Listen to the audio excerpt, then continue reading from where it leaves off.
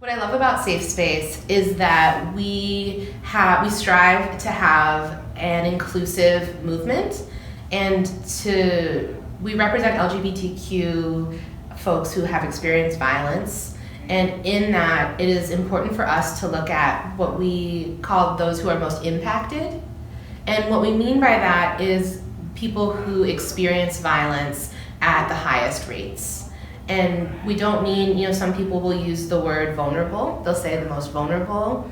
We push against that. We say that it's not that someone is vulnerable. Like, a lot of the people who experience violence at the highest rates are some of the strongest, most resilient people among us. So it's not that they're vulnerable.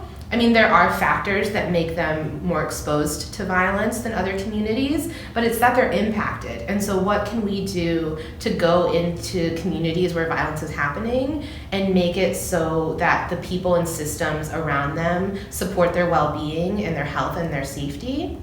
And what the disability community is teaching us is that there is a lack of information and education that is being shared with people with disabilities, that people with disabilities can struggle to access spaces where they're safe and can be who they are.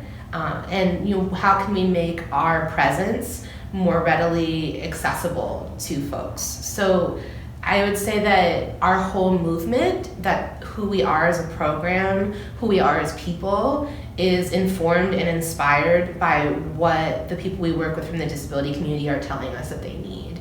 And ways that we respond to that, one is to try to build meaningful relationships with disability rights partners across the state, so that if somebody comes to us, rather than just sending them to another system or another program, we can send them to a person. We can send them to Karen Topper. We can send them to Rose. We can send them to colleagues that we know and trust, and do warm handoffs with people, so that the navigating, accessing resources becomes something that is less scary and that is kinder and more personal.